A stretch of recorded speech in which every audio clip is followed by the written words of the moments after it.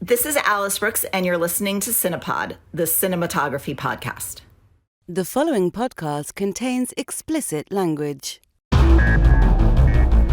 You're listening to the Cinematography podcast presented by Hot Rod Cameras, a program about the art, craft, and philosophy of the moving image and the people who make it happen. Coming to you from the world headquarters of Hot Rod Cameras in Hollywood, California, are your hosts, Ben Rock and Ilya Friedman. Hey, Ilya. Hey, Ben. How's it going? It is going super, super swell. How are you doing? It's doing swell as well. Hey, who is on the show today? A cinematographer, Alice Brooks, is on the show today. Holy crap. So cool. Probably best known currently as the DP of In the Heights. It was amazing to talk to her because her passion in life is filming musicals, something that could not possibly be more foreign to me. And it was really exciting to hear her point of view on it. She's done some thrillers and some other stuff like that. She's got a variety of stuff, but it was great to talk to someone who made In the Heights, which is the musical of our times, and great to know that her and the director are both just the biggest musical people ever. It's a really cool interview. I'm glad we got to meet her. Well, we'll get to that interview in just a moment, but it is time for Close Focus, and I got a surprise, Ben. What's the surprise? Show producer Alana Cody is going to join us for our Close Focus today. Oh, that's sweet. Thank you so much for coming on, Alana. Hi, how are you guys? No, we really appreciate it because we are talking about the Olympics. And I actually know feel so much about it. I think that like between the three of us, we comprise one person's knowledge of the Olympics because as I was saying before we started recording, I kind of just don't like watching sports at all. And the Olympics, my association with the Olympics was always that all my favorite TV shows would be postponed so that I could watch, curling or swimming or things I would never watch under any circumstances. And nothing against the great curlers and swimmers and runners and skeleton people of the world, but it's not something that I would ever choose over narrative television. That was always my feeling about it. Right. I got to be the one now here to defend the Olympics because I would actually watch the Olympics, and it was a dream and goal of mine to go to the 2020 Olympics before there was a pandemic. So I actually thought that I might do that this year. But and that's kind of why we're even talking about the Olympics, because it's kind of news. They're being held in Japan, and they're doing them this year. They were supposed to be last year. The whole point with the Olympics is it used to be every 4 years, and then at some point they started staggering the summer and winter Olympics so that now I have to put up with this crap every 2 years. But you only have to put up with the summer or the winter. Well, also with the vast expansion of cable and streaming, I kind of don't have to put up with it at all. It's very easy to avoid the Olympics if you're not interested in it, as I am not. But they have to spread the pain around for the different cities that host it, because it actually costs everybody a lot of money. Yeah. It's an expensive. I kind of feel like the IOC, the International Olympic Committee, is sort of the Hollywood Foreign Press Association of athletic organizations, because they're a shady organization that charges countries outrageous sums of money, and they bid against each other to get to do the Olympics. So right now Japan is getting ready to do the Olympics, and their COVID numbers are not great, and their vaccination numbers are very low. Yeah. And it's by any standard of safety. The people of Japan have said they really don't want the Olympics to be happening, but they are unable to not do it. Yeah, if Japan said no, they'd be out billions of dollars. Yes. But actually, it sounds like they can't even say that. They don't even really have the option to pull out. The IOC is the only people who have the option to cancel it, and if they're not canceling it, it's really not up to Japan. It sounds like they have to go forward. Yep. Ugh. Another thing that's driving this is that NBC is hosting, and a lot of the big events are going to have on Peacock. And right now, Peacock doesn't have a lot of subscribers, so they're hoping that it's going to push their subscriber numbers. I bet it will. People like this thing that I hate. And moreover, they like to watch people, dive something you could like literally do at any community pool any day of the week. You can watch people do fancy dives that you couldn't probably see, or fancy whatever sports they're doing, shot put, discus. I don't know what the hell they're doing. Stuff that I don't actually care about the rest of my entire life. I'm supposed to suddenly care about every 4 years. But I bet it will drive up subscribers. I think gymnastics is pretty cool. Yeah, gymnastics is cool.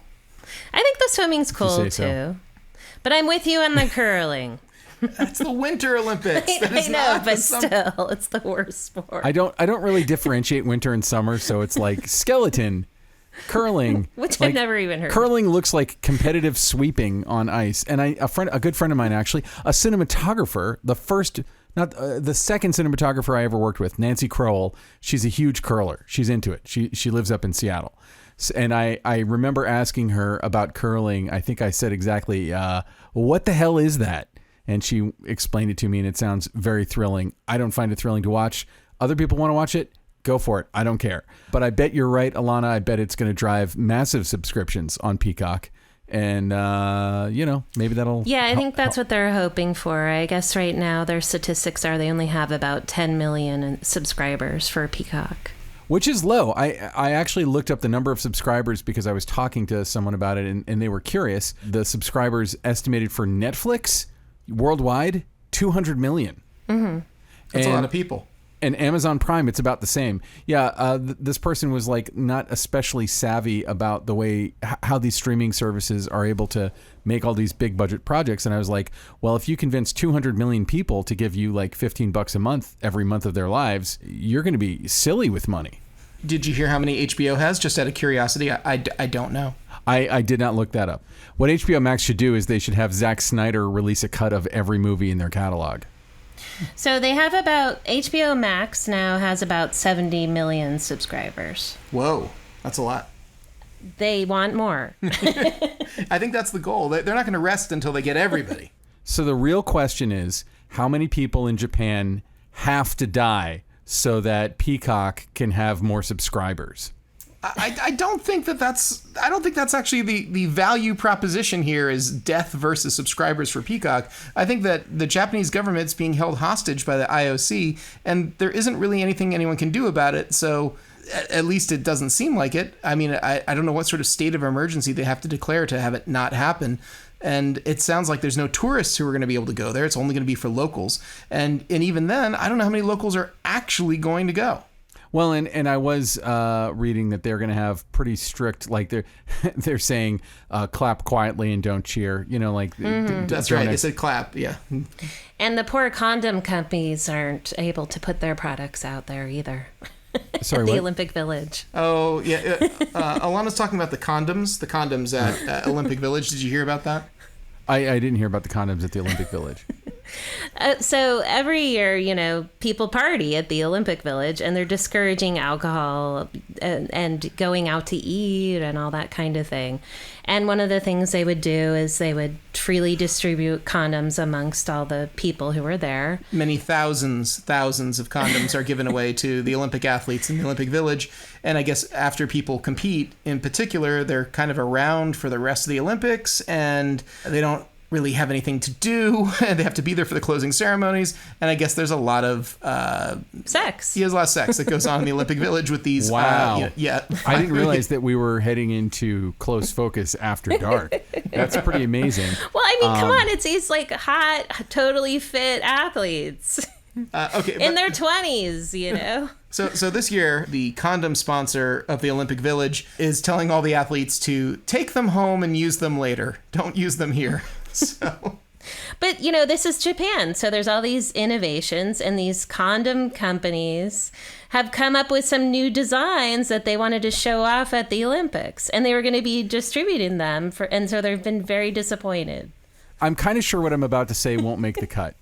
But I just want to say, if you're going to be releasing prophylactics and sex-related products at the Olympics, and we're dealing with a respiratory disease, I think the gimp suit people need to get in on this. Oh, no. That would be very safe sex. Like they could build an air filter into the GIMP suit. Covered with latex. And then you could have your condom too. And anyway, I'm sorry, that is way too X-rated for our family podcast. I apologize to all our listeners. Wait a second. Wasn't the GIMP suit prominently featured in Pulp Fiction? It was, yeah. So it comes back around to cinematography. I mean, you could even get the furry community in on this. Anything where you have your face covered, you could definitely have some kind of an air filter mask, and then these athletes could. This is all so stupid. Anyway, get their kink on. There you go. All right. So for those of you who actually want to learn more about the Olympic controversy in Tokyo and why the Japanese government's hands are tied, you should tune in to the latest Last Week Tonight with John Oliver. He does a really good explanation of the entire thing. So, Ben, I think it's about time to... And I believe it's all on YouTube for free, by the way. I don't think you even need to have an HBO subscription. Yes, they usually have clips that you can find. All right. So, hey, let's get to the interview with Alice Brooks. Here we go. The Cinematography Podcast Interview. All right, so we are here bi-coastally with Alice Brooks, DP of In the Heights. Thank you so much for coming on. In the Heights is an incredible achievement, both visually and musically, and I have so many questions about it, but I kind of want to just hear your entry into the world of In the Heights and maybe what you were going with, and that might even steer some of my questions as well. So, like, how did In the Heights come to you, and what were your first impressions of being, I believe, the first theatrically released feature of a Lin-Manuel Miranda musical, if I'm not mistaken? So I have known the director, Jon M since college. We both went to USC to film school together, and we bonded over our love of musicals. He asked me to shoot his short musical, When the Kids Are Away, in 2002. And we shot the musical and then did lots of other sort of music and dance-driven projects over the last 2 decades. Wow. And when I heard he was doing In the Heights, I was very excited and wanted to be part of the project, but at the time didn't know if that was going to be possible. I had shot a lot of indies and we'd worked a lot together before, but I knew In the Heights was going to be a big Warner Brothers movie. So when John and I were doing a television series in Canada called Home Before Dark for Apple TV Plus, and that's when he asked me to shoot In the Heights, and I was beyond thrilled. I grew up watching musicals. Fred Astaire and Ginger Rogers were on repeat at our house when I was a little girl. We lived in New York till I was 10 before we moved to Los Angeles, and I got to go to Broadway shows from time to time. Into the Woods was the first show I ever saw on Broadway, the first musical I saw on Broadway. We listened to the Peter Pan musical all the time, and My Fair Lady, Sound of Music, constant musicals in our house. And so it is my dream to have gotten to shoot In the Heights. So that was actually one of my questions when you started talking about being a fan of musicals. Were you more a fan of stage musicals, like going to see them in the theater, or are you more of a fan of movie musicals, or do you just love musicals and music and dance numbers? Both are different experiences, so I can't say I like one more than the other. I remember watching Fred Astaire and Ginger Rogers do this one number, and I had heard that she had to dance for 2 days. I mean, I was very young when I heard this, and her they kept changing her shoes because her feet were so bloody from doing the number for 2 days. And it is the most beautiful dance number, and I've always been in awe of dancers. I think they're the most remarkable human beings. They're superhuman, what they can do. And I am constantly inspired by dancers, by their work ethic and determination and never complaining and powering through any challenge. And I just love dancers. And I can't dance myself, but I'm lucky enough to get to capture dance with my camera. So aesthetically, this is something that I'm always interested in when I'm watching dance done on film, is how to present it, because like on stage, it's very different. Watching, for instance, the Hamilton musical, I think it's not exactly a one-to-one thing, but the Hamilton musical on Disney Plus versus this, where you have, you're in real locations, or what appear to be real locations for so much of it. Even though you do some stuff like there's that vertical dance on the side of the building towards the end of the movie, which is a whole other conversation, and we'll get to it. But how do you go about even building the visual approach to shooting a dance sequence? Do you need to see the dance first? Like, do they rehearse the whole dance and have it ready and then show it to you and the director and you figure out how you're going to cover it? Or is the coverage kind of baked into the cake? And I'm sorry if this is just a stupid, ignorant question, but I've never been involved in a sequence like this. And so it's interesting to hear, like, how do you go about building these sequences that feel so perfectly designed? So I think to answer that question, I should backtrack to 2009 when John Chu, Chris Scott, who's the choreographer of In the Heights, and I did a web series for Paramount and Hulu called The Legion of Extraordinary Dancers. And it's 30 episodes, 3 seasons. We shot over the course of, I want to say, 2.5 years, maybe. Wow. And it was a project that was a labor of love, and especially when it started. And all 3 of us figured out how we worked together and how we captured dance and how we used dance to tell a story and to develop characters. And so the 3 of us really got used to working together and working quickly and figuring out little teeny details to make the dance so much better. So that was basically our playground. And in the end, 11 years later, here we are with In the Heights being released. And while we were making the movie, John said to Chris and me, he said, we've been working our whole careers for this one moment.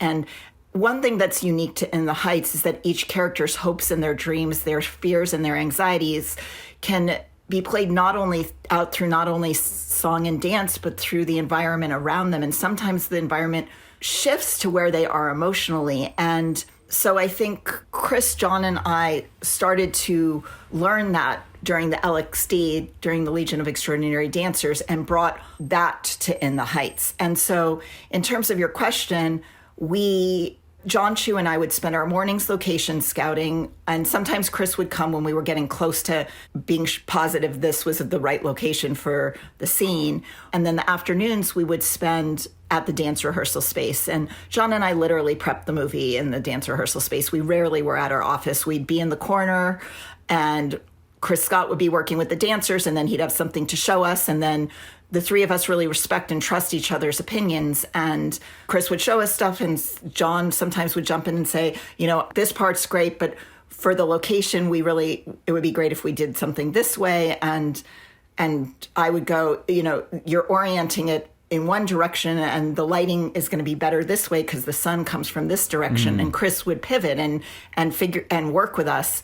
And the other night at the premiere, Chris and I were talking a lot about how we work together. And he said the next time we do a musical, it would be great to even start earlier the discussions of things between the 3 of us. And for me to get into dance rehearsal the second he starts choreographing, because the more time we have, the better everything comes out. And it was just a complete joy to get to do In the Heights with him again.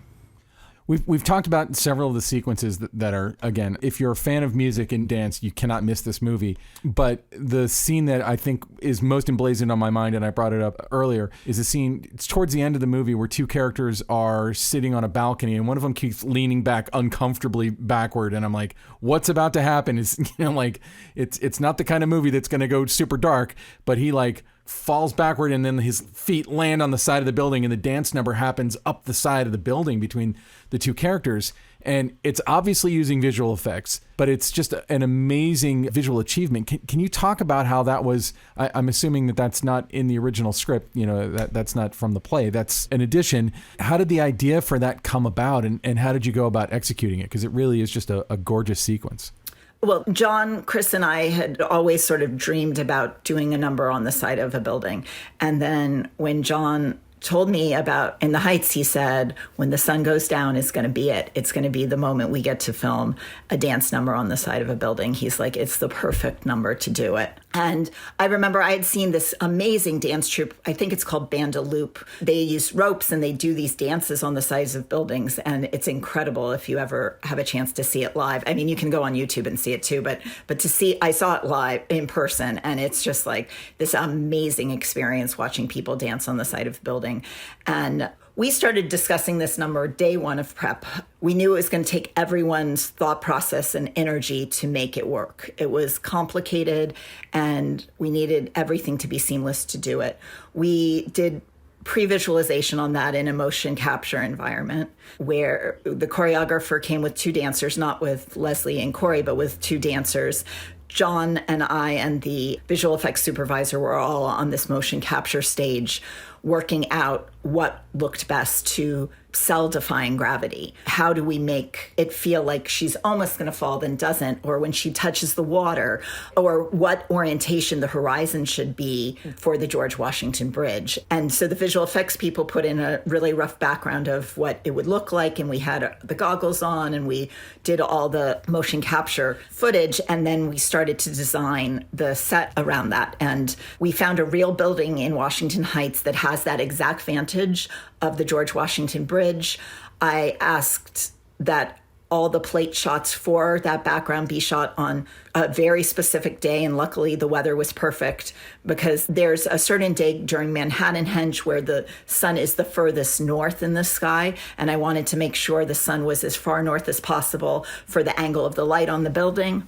And then we replicated that angle of light on the stage, and we sort of had this analog digital way of doing the lighting, because the way the set was built is we had a flat wall that is the side of the building. So it's a flat floor, but it looks like it's a brick building. And then the fire escape is vertical, and hydraulic wise, it tilts and then falls into like a postage stamp right into the flat wall. And so the number starts with them, with the Benny and Nina in the fire escape. And then she sits against the window, and Corey, as the wall is tilting, braces himself and climbs up the wall. As it's slowly tilting, he climbs up backwards on the wall, essentially. And we realized the way to sell the number. Originally, we're like, well, should we mount the camera to the wall and then it'll all just sync up perfectly? And then we realized, no, we needed as long a shot as possible for the beginning and as long a shot as possible for the end to sell it. And we also, lighting wise, it was a huge challenge, because where the sky is changes. It changes from being above you to being behind you because of the orientation of the floor. And then we also needed the sun source. We had a 20K Fresnel on a giraffe crane with 4 people pushing the crane and 1 lamp operator on the crane, because the sun needed to also move so that the shadows on the wall would stay consistent as the fire escape tilted. And then we had an arc of 120 sky panels through diffusion as our sky source. It was locked into time code. As the set falls, then the lights slowly go back at the same speed as the hydraulic wall tilts down,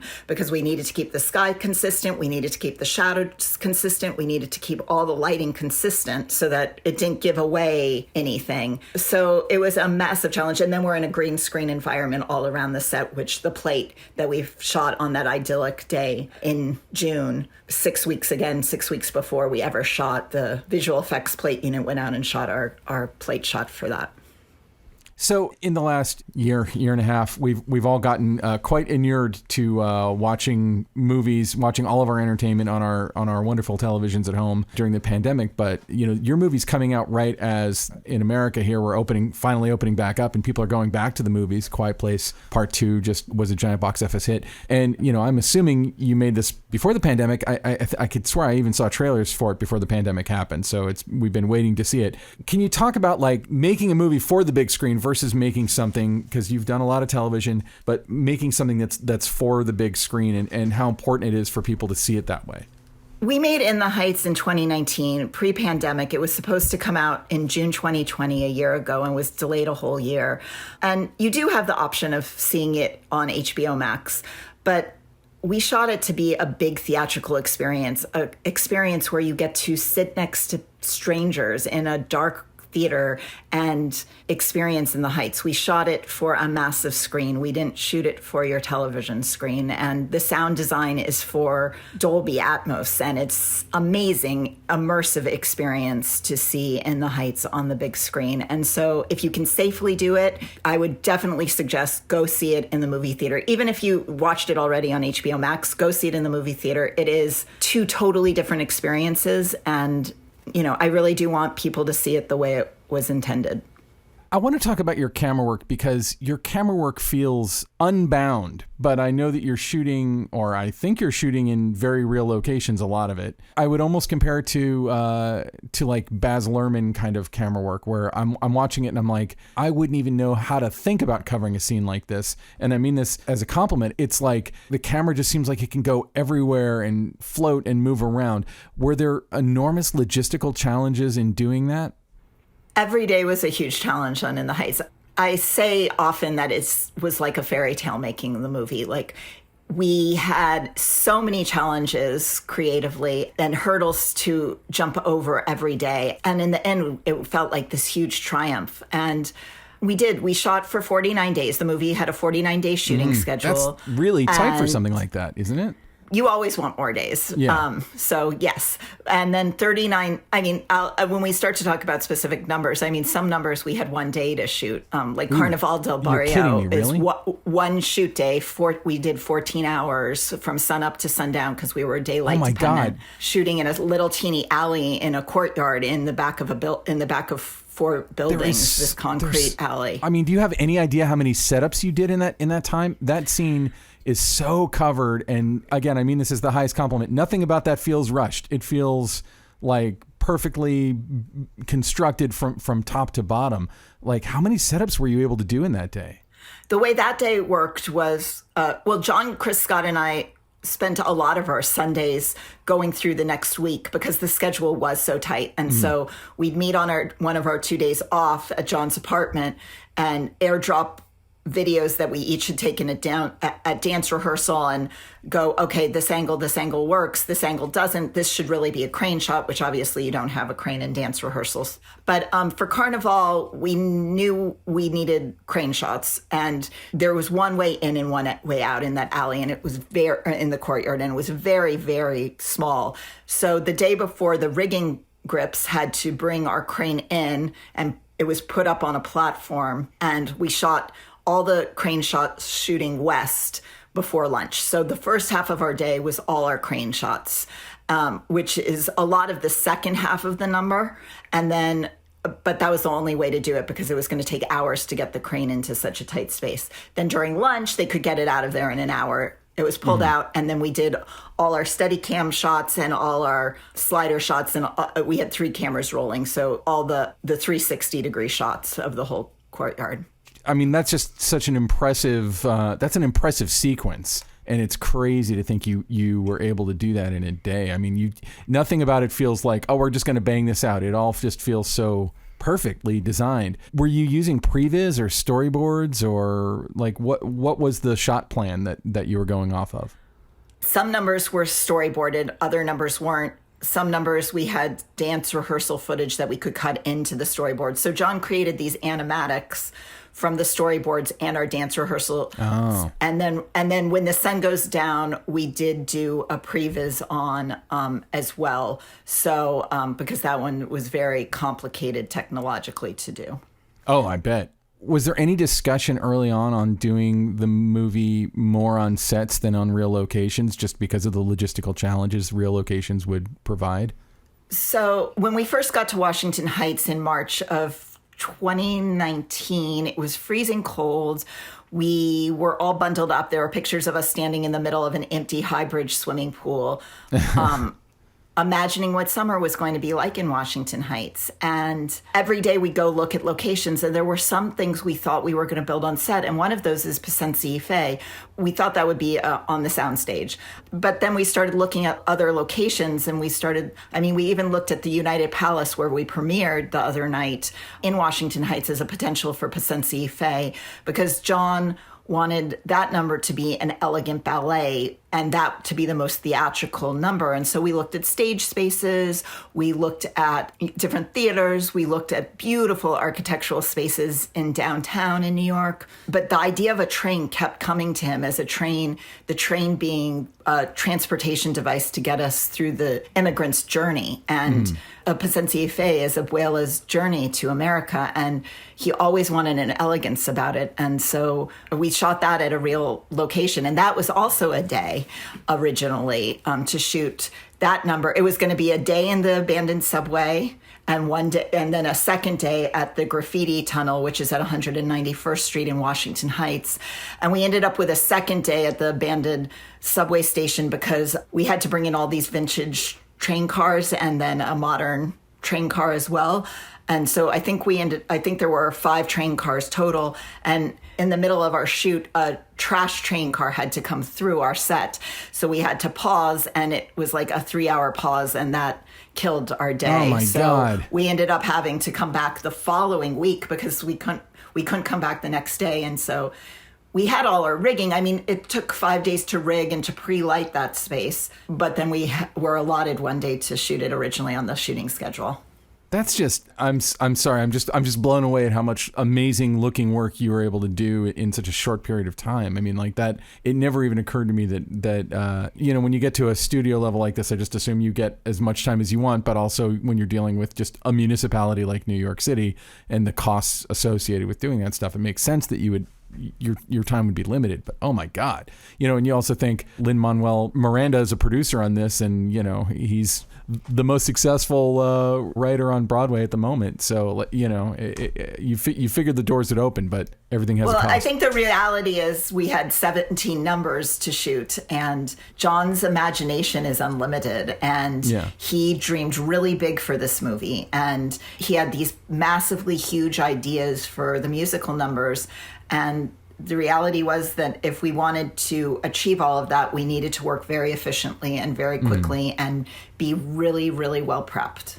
I don't know if you're able to talk about this at all, but you shot Lin-Manuel Miranda's feature directorial debut, Tick, Tick, Boom. And that's got to be just amazing working hand in hand with the man himself. Working on Tick, Tick, Boom was completely amazing. The teaser came out yesterday. So that is exciting that some first footage from the movie is being released. It comes out this fall. I mean, he's an amazing person to collaborate with. He's an amazing leader, and I'm really proud of what we achieved. I don't know if there's much more I could say at this point, but hopefully in the future we can talk about it. Yeah, I mean, I'm sure. Hopefully after the movie comes out. Well, when it comes out, we'd love to have you back on. So let's go back. I always want to know the moment with any cinematographer when it occurred to them that cinematography was a career. Like, when in your life did this come into your life? So I grew up in New York City. My dad was a playwright. He had something like 30 published plays, and my mom was an actress. But then when she had me and then my sister, she stopped acting, and she started putting us in, she put us in acting. So I did almost 40 national commercials as a kid. I was on Broadway one night doing a tribute to Mary Martin, and I was on Late Night with David Letterman once a week. When I was in 5th grade, every Tuesday, I didn't have to go to school and I got to go do Letterman. And when I was 15, I realized that wasn't my dream. It was my mom's dream for me, or it was really her dream, and she gave it up to have kids. But I knew it wasn't my dream. I didn't want to be an actress. But my sister was always on a TV series every year, and I would get picked up after school and go to whatever soundstage she was at, Warner Brothers or Paramount. And what I would do in the afternoons would be, I'd sit in the corner doing my homework, but I'd be watching all the lighting people. And I realized that was what I loved. And when I was 15, I auditioned for a movie 7 times called While You Were Sleeping, a Sandra Bullock movie. And there's one of the family members was a 15-year-old girl, and I auditioned for that part 7 times, and the last audition was in Santa Monica, and it was with the director, and afterwards I left, and I knew I hadn't gotten the part. It was between me and the person who did get the part, and we took a long walk in Santa Monica on the beach, my mom and I looked down and found this little sort of gray, black, and white feather with these white dots, and I picked it up and I said, "Mom, I don't want to be an actress. I want to be a DP." And she said she knew. And I still have that feather. It's framed. Wow. It's in my office. And it was the turning point for me. I focused on still photography in high school. I made sure I got straight A's so I could get into USC. And I just worked really, really hard in high school. And then I did. I got into USC. I went to film school. I met people like John Chu and a bunch of other people who I've continued to work with over the last 20 years, and I've never wanted to do anything else except shoot movies. It is my complete dream job. I think I'm the luckiest person in the world to get to to be a cinematographer. We interview a lot of people who've gone to film school. We've interviewed a lot of people who haven't gone to film school. And there's always a hurdle post-film school and a question. And I think in looking at your IMDb anyway, I know how you answered this question. Do you, when you want to be a cinematographer, do you start by shooting small stuff and shoot until the stuff gets bigger and bigger and bigger? Or do you go work on big stuff in like the camera department or the lighting department and work your way up to the DP in the bigger stuff? And you appear to be somebody, and please correct me if I'm wrong, who said, I'm going to shoot. I'm basically just going to be a DP. And that's pretty much what you've done. Like, you don't seem to have too many other credits listed, which doesn't mean that they didn't exist. But was that sort of the way you kind of architected how you were going to go about your career? Yeah, so I was an undergrad at USC, and there wasn't a huge opportunity to shoot tons of projects. I was lucky and I got to shoot some, but when I got out of school, I realized I needed more. I didn't have a great reel. I needed more work. So I spent the following year, after getting my undergraduate degree, hanging out at USC. And I went to all the graduate students and I said, offered to shoot their projects. And I had done a couple of really good shorts at USC. One was called Ocha Cups for Christmas, and we shot it in Japan. We flew to Japan and shot it. Oh, wow. And so I had a good reel to get me more shorts, but I didn't have a good reel to get me feature work or an agent. And so I stayed at USC and I shot some crazy amount of shorts, like 20 shorts or something, including John Chu is a semester behind me at SC. I shot his short When the Kids Are Away. And from that, I got an agent. And then, I would shoot these little independent movies where I'd make $100 a day, and we would shoot, feature films in 9 days. And it was knowing that that's all I wanted to do. And so I might as well practice, learn, meet people, meet directors. I mean, one short I did, the showrunner 16 years later hired me to do a TV series. And it's always about like the people you meet and the people you bond with making movies. And also I just got to learn so much by practicing, and my reel would constantly get better. So that, for me, that was my path. I think each person has their own path, but that was the one I chose. And I put a set of blinders on, and that's what I did. And that's how I ended up. It was a long path for sure, but it's my path. No, I mean, it's great. And constantly getting bigger and bigger. And I feel like the stuff that you're doing now is just enormous. And it sounds to me also like being in LA was kind of an important part of your ability to do what you did. Am I correct? Yeah. I mean, I think being in New York would have worked too, but I think being in LA was great for me because I did go to film school there. And so people would recommend me to other directors in LA or other producers in LA. I love starting my career there. I think I have the most magnificent crew there that I love. I haven't actually made a movie there in 5 years or something now, but it is a great town to learn and to grow and to build your career. And it looks like you've also bounced around doing features, but also doing not an insignificant amount of TV stuff like Home Before Dark and The Walking Dead, The Red Machete. Can you talk a little bit about, for you, kind of the differences between working in the feature world and working in the TV world? Doing Home Before Dark was wonderful. The showrunners, Dana Fox and Dara Resnick, are just fantastic people to work with. And Joy Gorman was the producer. And it was great because all four of us are moms. We all have little girls. And we were making a TV show about a little girl, an 8-year-old reporter who breaks a murder case in her town. And we all wanted to make a project to inspire our children and to inspire them to be brave and to be strong. And that just because you're not an adult doesn't mean you don't have opinions and thoughts and ideas. And kids are smart and they're really extraordinary. And we wanted to make sure we captured that and didn't talk down to children. And I love it. I mean, my daughter and I, the new second season I didn't work on, but comes out tonight. And we're going to binge it this weekend. The first one we watched, my daughter just turned 6. And last year when the first season came out when she was 5, we watched it together, and it is a very smart show, and it's not necessarily a kids show, but it is for children. So anyway, I think I love doing TV. That show was extraordinary because it was with such a great group of people, and the goal for it was so big. I think the career choices I've made so far are about the people I work with, the people I get to work with. I have a family, and to leave I was gone for 15 months between, I did a movie in Atlanta, the TV series Home Before Dark in Vancouver, and then In the Heights. And I was away from my family for 15 months.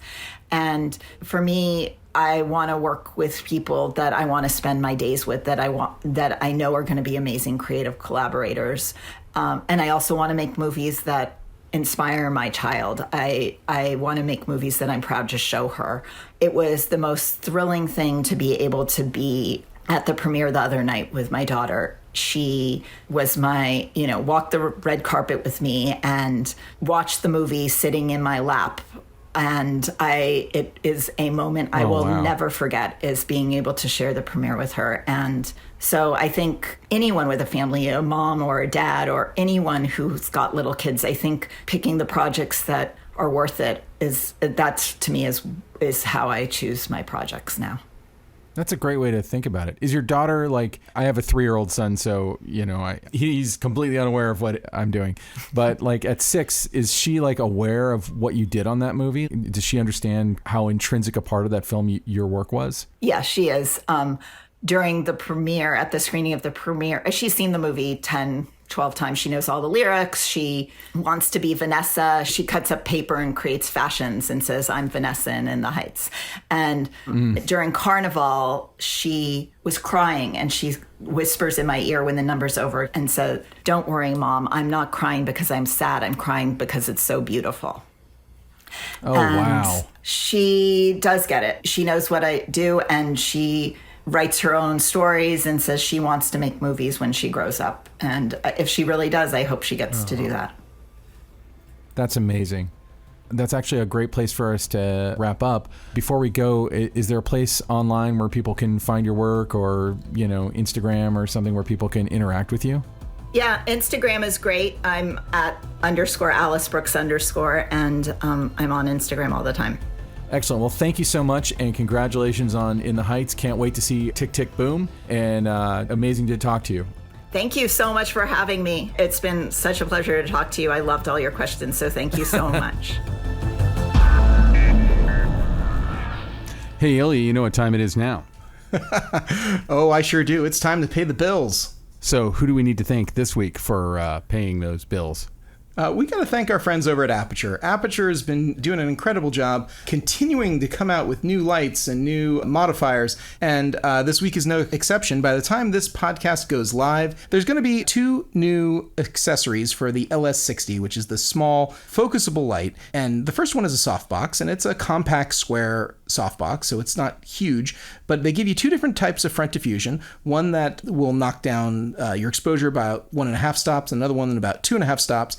And it has a 45-degree lighting control grid, so it's going to keep all of your lights heading in the same direction. The diffusion area is a little bit larger than a 1x1 panel, and it includes a carrying bag, essentially turning sort of your LS60 light into a 1x1 panel with this soft egg crate style softbox that you can use for any sort of interviews and things like that. The other new accessory, which I think is pretty cool, is a 15 to 30 degree 2x zoom adjustable focus projection lens. So it's going to give you a precision, chromatic aberration free light projection. So, and it essentially it's going to double the length of your light, and now it's really got this extra zoom capabilities. Plus it's going to have an iris and a gobo holder, and it's going to also have an 80% edge to edge consistent illuminance, and it's just a really clever Lico type of attachment that you can put on this little light. And for a little light to have that, it's something fairly unheard of in the industry, which is pretty cool.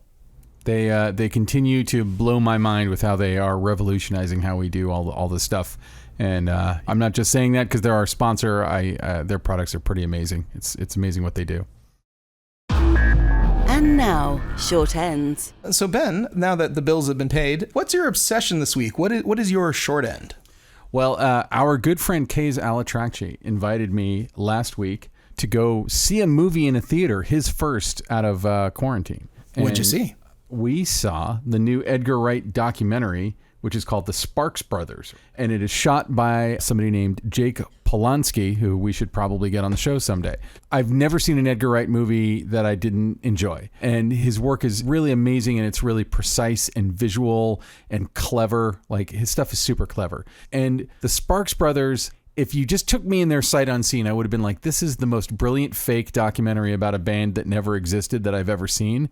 The difference is it's a real band that's been around for 50 years, over 50 years. And the band is called Sparks. They're kind of awesome, and they're extremely quirky, and they've been almost famous since the 60s. Like, they've been kind of tiptoeing up to it, and they've had a couple of hits, and they're kind of like one of those bands that other musicians idolize. And when you watch this documentary, you realize that there are many trends in music that they just started because they're brilliant. And you know, like, one of them was they did an all synthesizer album in like 1979, and you listen to it and you're like, this sounds like New Order or Pet Shop Boys or Cocteau Twins, like a lot of the new wavy kind of synthy stuff, and some I would even say kind of like EDM. They kind of created that, but before then they had been like a regular night, like a 60s rock band. And they are fascinating. And the two guys, they're brothers. One of them, especially, I mean, still to this day, one of them is kind of more stage and camera friendly, like leaning out. And the other one, literally, when they started, had a Hitler mustache. And I mean, it's always fashionable, the Hitler mustache. It's details like that. Well, and you might say, well, it's like a Charlie Chaplin mustache, maybe more like that than Hitler. But they are so interestingly odd. And I actually tweeted this, and Alex Winter responded. I feel like it would pair really well with the Zappa documentary that Alex Winter made, because they're both kind of a deep dive into an artist. In the case of Zappa had enormous success. And in the case of these guys, I would say they've actually had enormous success. They've just never been like U2. Household name? Yeah. It's never been a household name. I'd never heard of them. When I saw the documentary, there was only one song in it that I was sure that I'd heard before. And since I saw the documentary, I can't stop listening to their music. Their music is really quirky and interesting and complex. And I think also in that way, they're a little bit like Zappa, in that their music has so much going on in it. And it's so clever and also so funny. The lyrics are really funny, and it's Hitler mustache guy, I think, writes most of their music, and he doesn't have a Hitler mustache now. He kind of looks like Leonard Nimoy now, but it's such a well-made documentary. It's Edgar Wright's first documentary. It's so well-made. It's so visual, and the subject matter is brilliant. He gets amazing interviews with Duran Duran and Beck and Weird Al Yankovic and Patton Oswalt, and like there's just like a murderer's row of interesting people talking about it. Flea from the Red Hot Chili Peppers, and you realize it's always interesting when you realize the artist. You see it in any art form. There's always that comedian who isn't famous, but other comedians all love and follow, or like Jonathan Winters, who I guess was famous, but like Robin Williams, who followed in his footsteps, became far more famous. Or there's always a band or whatever that a painter, filmmaker. There are filmmakers that other filmmakers love that have never like had giant mainstream success. And I feel like these are that for all of music for the last 50 years. It's insane. Interesting. Well, I admit I was totally unfamiliar with them before I started hearing buzz about this documentary. And you're someone who has very eclectic music taste. Like, I would expect you to be like, oh, Sparks, I have 7 of their albums, which would still be a minority because they have 25 albums. I had heard of them, but had never heard them. So, at least, or I didn't knowingly hear them. So, I'll check it out. I'm interested. Yeah. However you can see it. I don't know if it's streaming yet. I'm sure it'll be streaming eventually. And it was worth seeing in the theater. By the way, seeing documentaries in the theater, I feel like is one of the casualties of amazing streaming services, because so many of them make documentaries, and it's good to see a documentary on the big screen, especially when it's directed by someone like Edgar Wright, who knows how to use a big screen, I agree. And with the return of the film festival, I think we will start to see those documentaries back on the big screen. I think that some of these streaming services, they want the Academy praise. They're going to start trying to find ways to put it out there in front of an audience so they can collect some of the golden statues at the, Well, the I don't know if beginning of the it'll year. happen, but I definitely think the Sparks Brothers it's a documentary I will go back to and refer to, and, I definitely see more often. So, Ilya, what is your short end this week? Wow, my short end has a funny name. It is the, and I think I actually mentioned it on the show before, but it is the Tilta Hydra Alien Car Mounting System. So the Hydra Alien Car Mounting System is a product that is really going to be interesting to people looking to do car mounts with a gimbal, with a stabilized gimbal. There's been a lot of other systems out there that have existed before, but not quite like this one. This one is based around the Ronin S2, which is a small handheld style gimbal, very inexpensive. That's under $1,000. This kit is also really inexpensive in sort of the Tilta fashion. It's a $1,300 product, $1,299. It's actually in stock right now over at Hot Rod Cameras. This is part of where my obsession comes from, is that we just got a bunch of them and I was looking at it. But it uses suction cups and it uses very, very clever shock absorbing systems. It has battery mounts, so you can power it via V mount or gold mount. And of course, the nice thing about these little remote systems is, besides being incredibly strong and holding a decent amount of weight, you have remote control capabilities. So talk about being able to control pan, tilt, roll, and there's even like a boom system that they make with it now. So yeah, it's really, really elaborate, very smartly thought out gimbal mounted car system for very little money. And I think that you're going to see people, I mean, granted, you still have to safety it appropriately. You still have to do all the sort of stuff you would do for appropriate ringing, but it's really small and seems to be really effective and very wind resistant. And a lot of other systems out there have had issues with that have sort of like come before and were not built around such stout little systems. So I know that they're thinking that it's for the mirrorless camera, the small camera crowd, but you can get away with putting 10 pounds on this thing, and that's a pretty hefty bit of kit. So I expect that you're going to see it might become overused in the way that slow motions become overused, but some really, really clever scraping the ground or dialogue scenes all happening in cars now with some extra motion and stuff. It's really it's pretty cool. I have a terrible dark question to ask, though. Someone who's pinching pennies so much that they're going to save money on a car mount system, are they going to hire a grip who will properly secure it to a car? They should, of course. And they shouldn't be using these out on open public streets where, they could get into trouble or it could fall off and it could harm other people. There's a lot of safety issues that come around shooting cars, and it's why some big film schools actually don't allow their students, like at least one of them, one big Southern California based film program doesn't allow students to do anything car mounted out. Like they'll get an F, they'll fail if they do car mounted stuff. Yeah. So yeah, it's I've heard you could just make it a prerequisite that you show them the paperwork or footage of you securing it properly or whatever. Like I think they use it as an excuse to also though teach poor man's process, which is faking car shots, and there's all kinds of stuff that you can do with that. Or you could actually put someone in the back of the car with a camera to shoot stuff. There's things that you can do, but car mounts and certain other sorts of dangerous tools, I know at least one program it bans them. So the kids won't get themselves into trouble. And here I say kids, it's all people in their 20s and 30s usually. So. Those kids, well, now that we're old men, so that's right, all those youngins. But anyway, yeah, it's a cool system. It's on the Hot Rod Cameras website. It's in stock. It's clever. If you were thinking about getting into something like that, you could certainly do a lot worse. And this gives you a lot of capabilities. Now, granted, you do have to also invest in the DJI Ronin S2, but once you have these two things and put them together, yeah, it's pretty damn cool. Well, and the Ronin obviously is just a great gimbal to have in the first place if you're doing lots of shooting. So, Agreed. Well, cool, Ilya. I think that wraps us up. Where can people find you on the internet? You can find me over at Hot Rod Cameras, hotrodcameras.com. That's our shop. Also, I've been getting a lot of LinkedIn messages this month. So anyway, LinkedIn. You can find me there. Cool. From the podcast, people saying, people I heard reaching the out podcast. and being excited about the podcast and reaching out via LinkedIn. And obviously, you can also check out our podcast at camnoir.com. That's where all of our episodes are.